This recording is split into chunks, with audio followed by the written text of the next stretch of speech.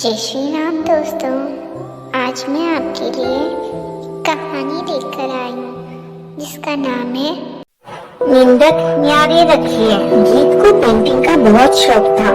उसे जब भी समय मिलता वो कागज और रंग लेकर बैठ जाता, फिर तरह तरह की चित्रकारी करता।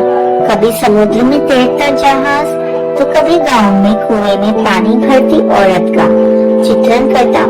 उसे एक आदत थी कि जैसे ही चित्र पूरा करता जाकर तुरंत अपनी मम्मी को दिखाता। वो चाहता था कि पापा को भी दिखाए, पर नहीं दिखा पाता क्योंकि उसके पापा के पास तो समय ही नहीं था। जब वो दीदी को दिखाना चाहता था तो दीदी कहती मुझे पढ़ना है या फिर मुझे होमवर्क करना है, तुमने मम्मी को तो दिखा दिया ना। मम्मी ध्यान से उसका पूरा चित्र देखती, पर हर चित्र में कुछ न कुछ नुक्स या कमी निकाल देती थी। गीत को तब बहुत बुरा लगता था कि मम्मी कभी भी मेरे बनाए चित्र की तारीफ नहीं करती, हमेशा कमियां ही निकालती रहती है।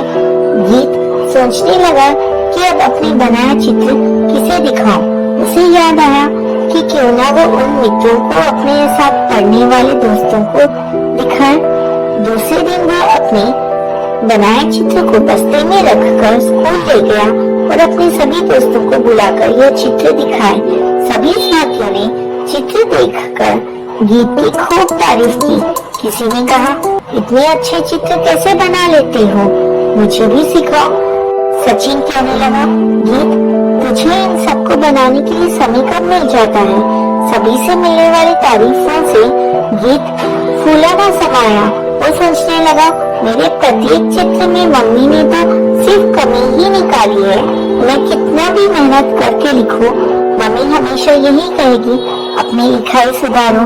गीत सोचने लगा कि वह मम्मी से जरूर पूछेगा कि उसके जिस चित्र की सभी तारीफ करते हैं मम्मी उसमें कमियां क्यों बताती है। गीत स्कूल से लौटा, सीधे मम्मी के कमरे में गया और कहा मम्मी आपसे एक बात पूछूं, आप डांटेंगे तो नहीं। तब उसकी मम्मी कहती है अभी स्कूल से आया है और तुरंत सवाल पूछना शुरू कर दिया। अपना सामान जगह पर रखो, कपड़े बदलो, हाथ मुंह धो, फिर सवाल करना। इस पर गीत कहता है नहीं मम्मी मुझे अभी पूछना है। तब मम्मी कहती है अच्छा बाबा पूछो, मैं नहीं डांटूंगी। तब गीत कहता है आप ही बताइए कि मेरे बनाए हुए चित्रों में आप हमेशा कोई ना कोई कमी क्यों बताती हैं, जबकि मेरे दोस्त उन्हीं चित्रों की खूब तारीफ करते हैं। इस पर मम्मी कहती है अच्छा तो आज तुम अपने दोस्तों को चित्र दिखाकर आए हो, आप बात पलट रही है, मेरे सवाल का जवाब दीजिए। गीत कहता है। इस पर उसकी मम्मी कहती है बेटा तू इतनी सी बात समझ नहीं पाया, कहा जाता है निंदक न्यारे रखिए आंगन खुटी छवाया, अर्थात अपनी निंदा करने वालों को अपने घर में ही पनाह देनी चाहिए। यदि मैं तुम्हारी तारीफ करने लगूंगी तो तुम्हें तुम्हारी गलतियां कौन बताएगा, और जब गलतियों का पता नहीं चलेगा तो तुम और अच्छा बनने की कोशिश भी नहीं करोगे, और जब ऐसा नहीं होगा तो आगे कैसे बढ़ोगे। रही तुम्हारी दोस्तों की बात तो वे सब तुम्हारे बराबर है, उनका ज्ञान भी तुम्हारे बराबर ही है, तो वे तुम्हारी कमियां कैसे निकाल पाएंगे। कभी अपने टीचर को दिखाना, फिर वो तुम्हें बताएंगी तुम्हारी कमियां। पुराने जमाने में राजा महाराजा अपनी कमियां बताने वालों की बहुत इज्जत करते थे और उनकी बातों को ध्यान से सुनकर उन पर अमल करते थे। हाँ, ये बात और थी कि राजा के सामने सब में यह हिम्मत नहीं होती थी कि उनके विरुद्ध कुछ बोल सके, पर वो जो बोलते थे यदि उनकी बात सही होती तो वो राज दरबार में इज्जत पाते थे।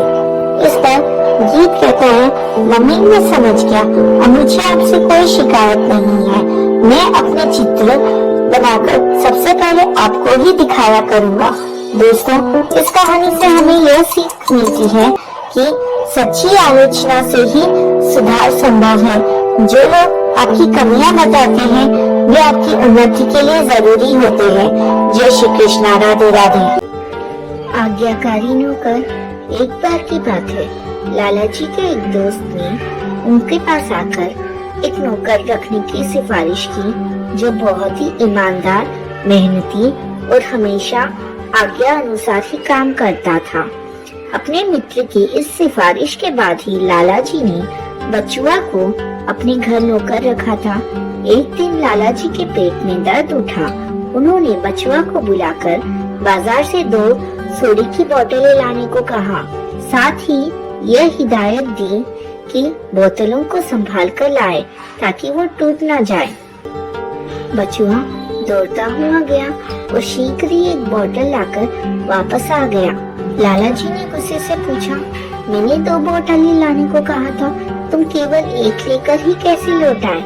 बचुआ ने उत्तर दिया, लाला जी आपने कहा था कि बोतलें संभाल कर लाना, कहीं टकरा कर टूट न जाए, इस कारण मैं एक समय में 1 बोतल ही लाया हूँ। मैंने आपके आदेश का ही पालन किया है। लाला जी का गुस्सा कम हो चुका था। उन्होंने कहा, बचुआ कुछ अपनी अकल का भी इस्तेमाल कर लिया करो। तुम मेरी बात मानते हो यह ठीक है, पर थोड़ा आगे की भी सोचने का स्वभाव बनाओ। कुछ दिन बाद लाला जी फिर बीमार पड़े। लाला जी ने बचुआ को बुलाकर कहा कि जाकर डॉक्टर को घर ले आओ। बचुआ गया तो डॉक्टर को बुला लाया। डॉक्टर ने दवा दी और लाला जी को आराम आ गया। लाला जी डॉक्टर को बाहर छोड़ने आए तो उन्होंने देखा कि दरवाजे पर 3 और लोग खड़े हुए हैं। वे सभी बचुआ के साथ ही आए थे। लाला जी ने बचुआ से पूछा, ये कौन लोग हैं और तुम इन्हें यहाँ अपने साथ क्यों लाए हो? इस पर बचुआ ने उत्तर दिया, लाला जी आपने मुझसे कहा था कि कुछ अपना दिमाग भी लगाया करो, मैंने वही किया है। इसमें से एक केमिस्ट है, मैंने सोचा यदि डॉक्टर ने बाहर से मंगाने के लिए कोई दवाइयाँ लिखी है तो यह तुरंत ले आएगा। दूसरा व्यक्ति एक वकील है। अगर डॉक्टर कहता कि अब आपके पास थोड़ा ही समय बचा है तो निश्चय ही आप अपनी जायदाद की वसीयत करना चाहते। वही सोचकर मैं वकील साहब को भी साथ ही ले आया। पर तीसरा व्यक्ति कौन है और तुमने इसे साथ क्यों लाए हो? लाला जी ने पूछा। बचुआ ने बड़ी शांति से उत्तर दिया, लाला जी मैं अब बहुत आगे की सोचने लगा हूँ। यह भी हो सकता है कि आपका रोग घातक हो और आपकी मृत्यु हो जाए। यह तीसरा व्यक्ति पुरोहित है जो अंतिम क्रियाक्रम कराता है। लाला जी एकदम चकित रह गए। उन्हें गुस्सा आया, पर शीघ्र ही उन्हें बचुआ की दूरदर्शिता पर हंसी आ गई। बचुआ पर गुस्सा होने के बजाय उन्होंने एक 20 रुपए का नोट निकालकर उसे दे दिया और कहा, बचुआ तुम चुपचाप बहुत आगे की सोचने लगे हो, जाकर जलेबी खा लो। इस कहानी से यह स्पष्ट होता है कि सिर्फ आदेशों का पालन करना ही पर्याप्त नहीं होता, बल्कि भविष्य की संभावनाओं पर भी ध्यान देना चाहिए। बचुआ की दूरदर्शिता और योजनाबद्ध सोच ने उसे लाला जी की नजरों में एक खास स्थान दिलाया। यह कहानी हमें यह सिखाती है कि सोचने और समझने की क्षमता हमें जीवन में बेहतर निर्णय लेने में मदद करती है। दोस्तों, इस कहानी से हमें यह सीखने को मिलता है कि केवल आदेशों का पालन करना ही पर्याप्त नहीं है, बल्कि उसे समझदारी और दूरदर्शिता के साथ पूरा करना भी महत्वपूर्ण है। इस तरह की सोच हमें जीवन की विभिन्न परिस्थितियों में बेहतर निर्णय लेने में मदद करती है और हमें अधिक प्रभावी बनाती है। जय श्री कृष्णा। राधे राधे। सर्कस का हाथी। एक सर्कस में एक हाथी काम करता था। उसका नाम मोती था। वो बहुत सीधा था। जब वो बच्चा था तभी से वो सर्कस में था। वो पूरे दिन एक खूंटी से बंधा रहता था। उसका महावत उसे सुबह खोलकर ले जाता, उसे मार मार कर तरह तरह के करतब करवाता था। उसके बाद दोपहर को मोती डर के कारण सर्कस में तमाशा दिखाता था।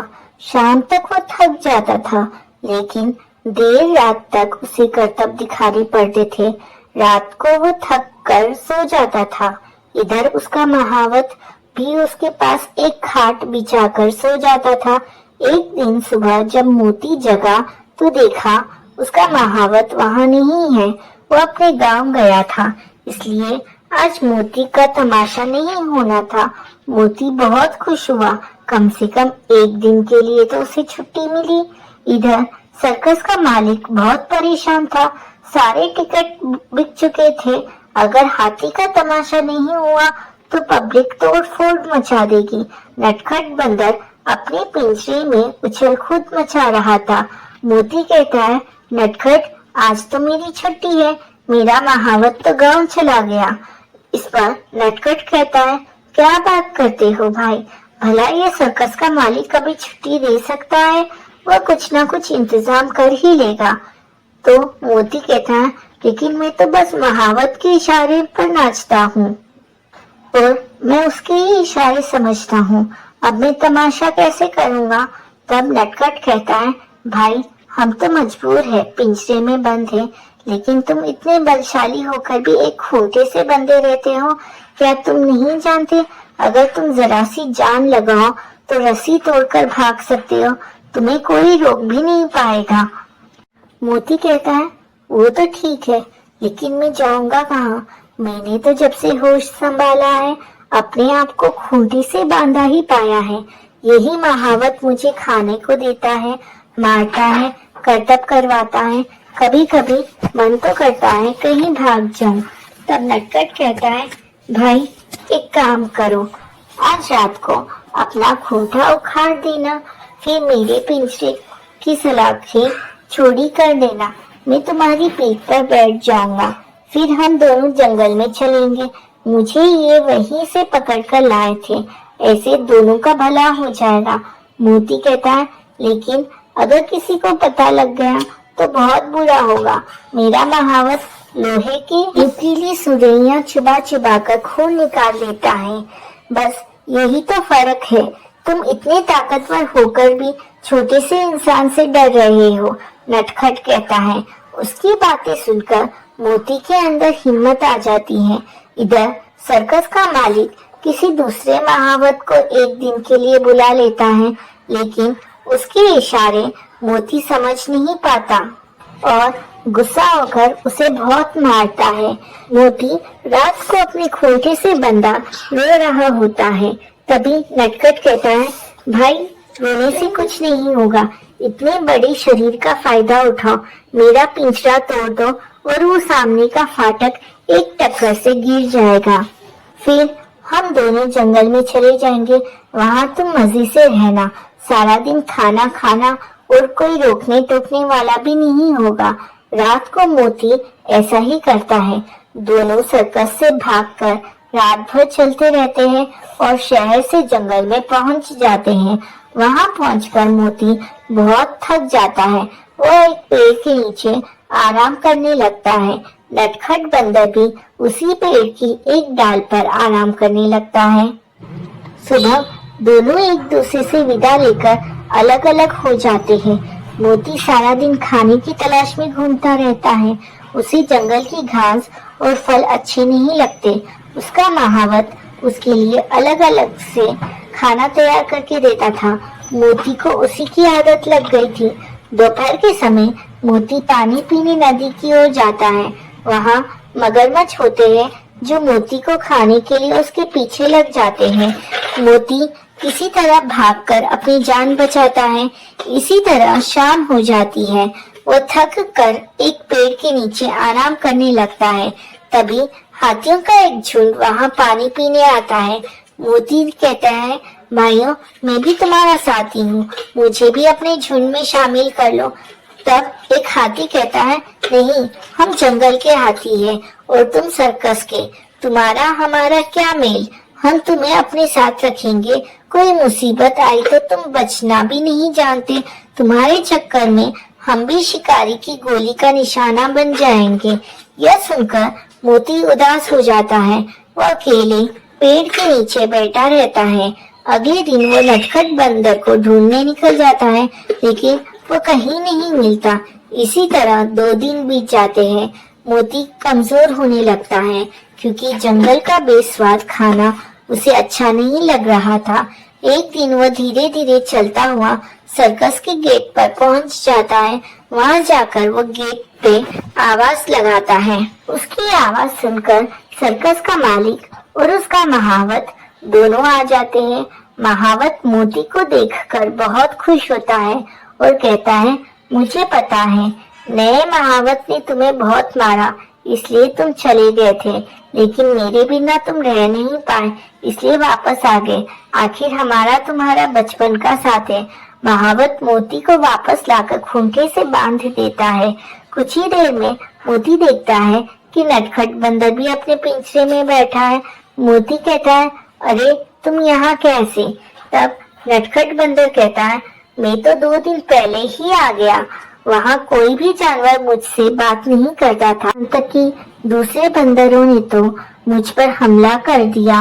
वे कहते हैं हम सर्कस के जानवर हैं, उनके साथ नहीं रह सकते, इसलिए मैं वापस आ गया। मोती कहता है, हाँ भाई, हम यही ठीक है, अब हमारा यही घर परिवार है।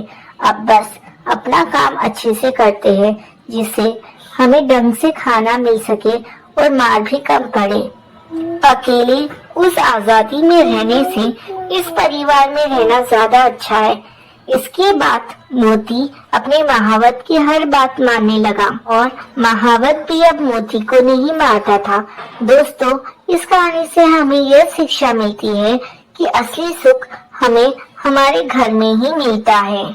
जय श्री कृष्णा, राधे राधे। एक घने जंगल में एक पेड़ पर मुर्गा रहा करता था। वो रोज सुबह सूरज निकलने से पहले उठ जाता था। उठने के बाद वो जंगल में दाना पानी चुगने के लिए चला जाता था और शाम होने से पहले वापस लौट आता था। उसी जंगल में एक चालाक लोमड़ी भी रहती थी। वो रोज मुर्गे को देखती और सोचती, कितना बढ़िया और बड़ा मुर्गा है, अगर यह मेरे हाथ लग जाए तो कितना स्वादिष्ट भोजन बन सकता है। लेकिन मुर्गा कभी भी उस लोमड़ी के हाथ नहीं आता था। एक दिन मुर्गे को पकड़ने के लिए लोमड़ी ने एक तरकीब निकाली। वो उस पेड़ के पास गई जहाँ मुर्गा रहता था और कहने लगी, अरे ओ मुर्गे भाई, क्या तुम्हें खुशखबरी मिली? जंगल के राजा और हमारे बड़ों ने मिलकर सारे लड़ाई झगड़े खत्म कर देने का फैसला किया है। आज से कोई भी जानवर किसी दूसरे जानवर को नुकसान नहीं पहुंचाएगा। इसी बात पर आओ, नीचे आओ, हम गले लगकर एक दूसरे को बधाई दे।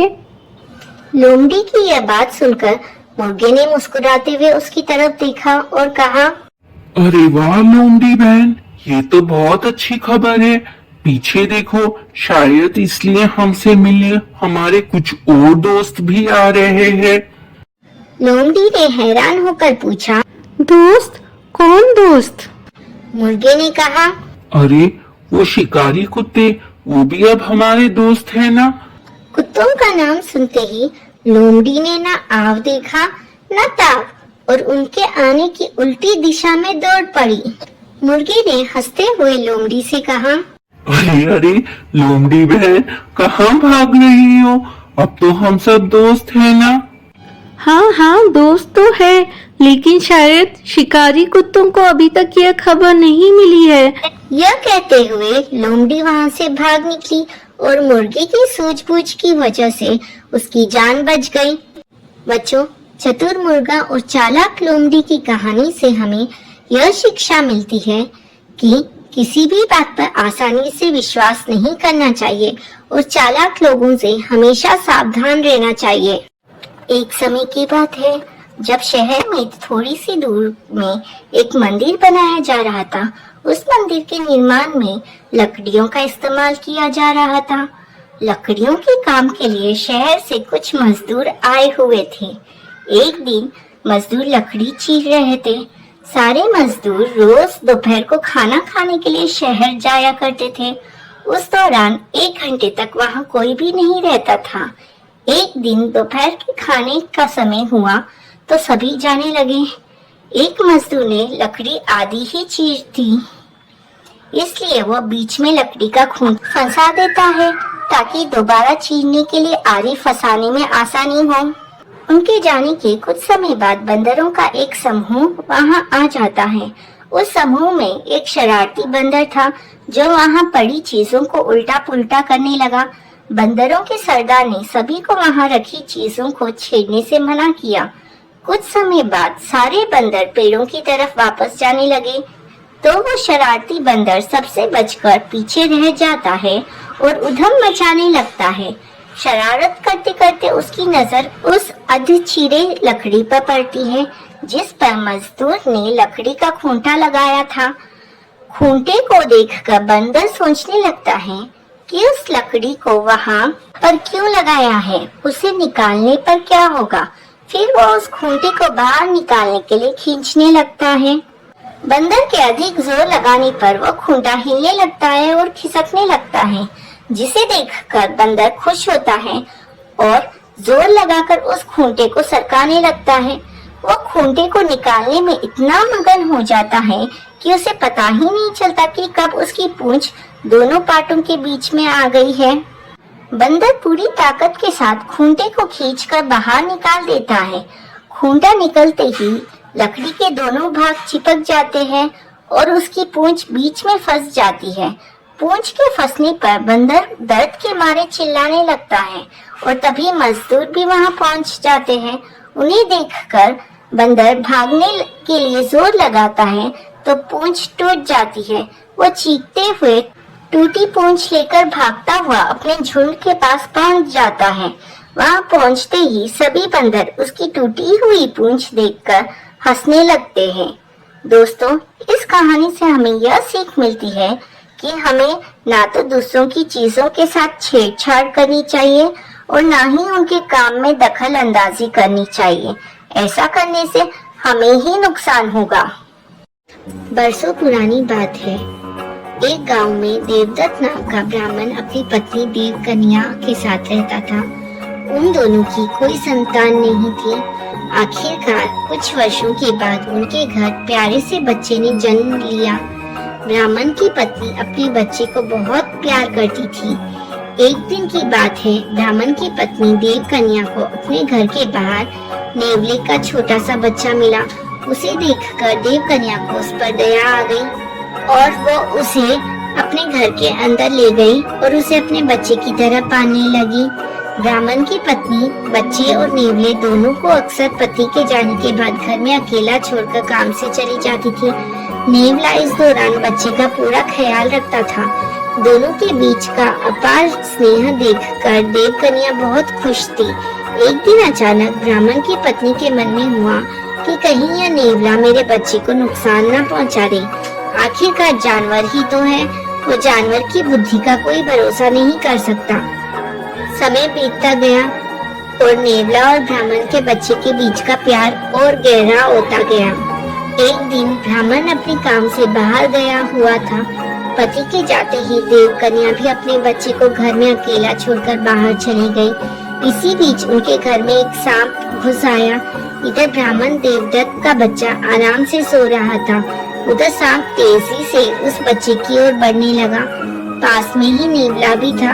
जैसे ही नेवले ने सांप को देखा तो वो सतर्क हो गया। नेवला तेजी से सांप की ओर लपका और दोनों के बीच काफी देर तक लड़ाई हुई।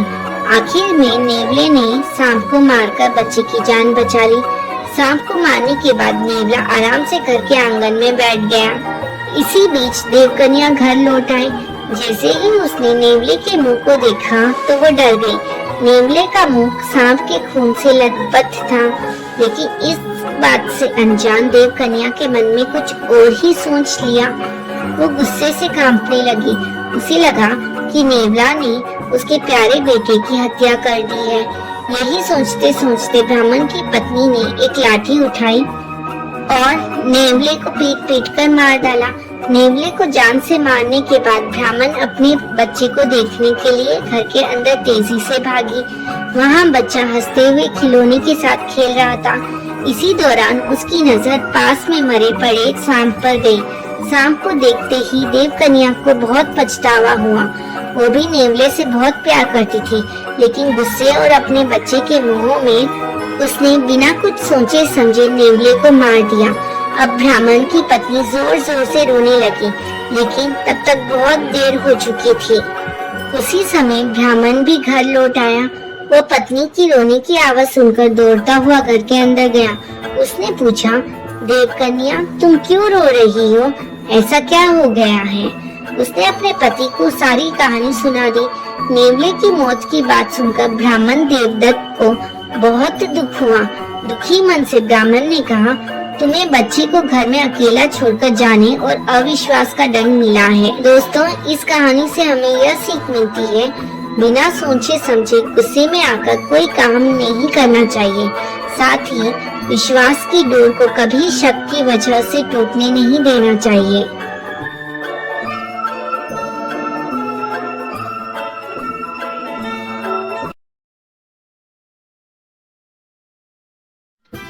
लालची कुत्ता। एक गांव में एक लालची कुत्ता रहता था। वो गांव में घूम घूम कर खाने की तलाश करता था।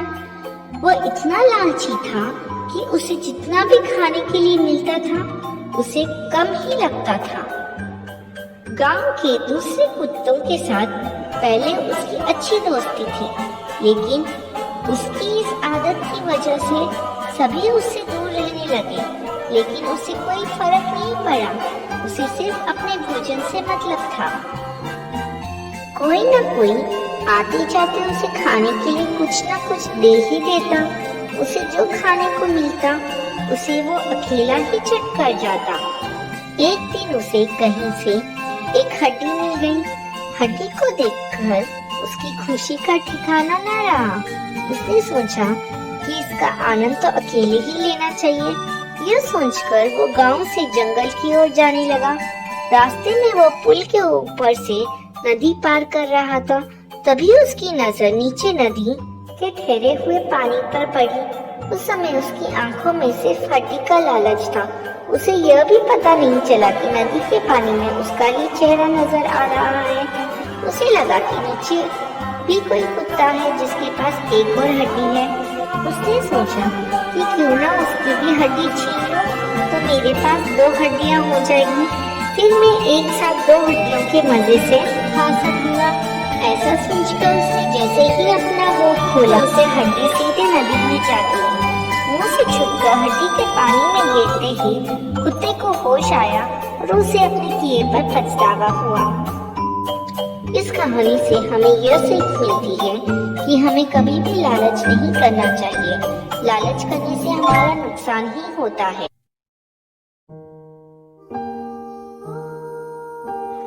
एक बार एक शेर अपनी गुफा में सो रहा था। तभी चूहा कहीं से आकर शेर के ऊपर कूदने लगा, जिससे शेर की नींद टूट गई। शेर को चूहे पर इतना जोर से गुस्सा आया कि उसने उसे अपने पंजों में जकड़ लिया और उसे मारने की सोचने लगा। यह देखकर चूहा बहुत डर गया। उसने कांपते हुए शेर से कहा, हे शेर राजा, मुझे माफ कर दीजिए, मुझसे बहुत भारी भूल हो गई। अगर आप मुझे जाने देंगे तो आपका बहुत उपकार होगा और आपके इस उपकार को मैं वक्त आने पर जरूर चुका दूंगा।